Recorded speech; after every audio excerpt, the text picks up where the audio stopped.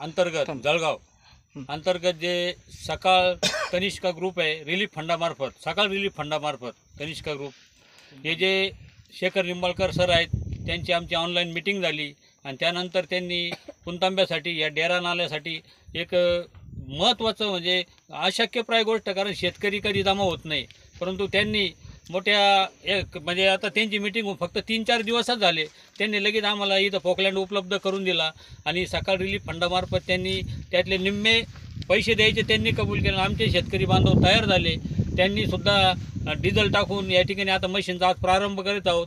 निश्चितच मिशन 500 कोटी लिटर या जो ग्रुप आहे हे शेतकऱ्यांसाठी खूप तळमळीचं आहे. आम्ही त्या दिवशी ऑनलाईन मिटिंगमध्येच बघितलं, शेखर निंबाळकर सर असतील, तुमचे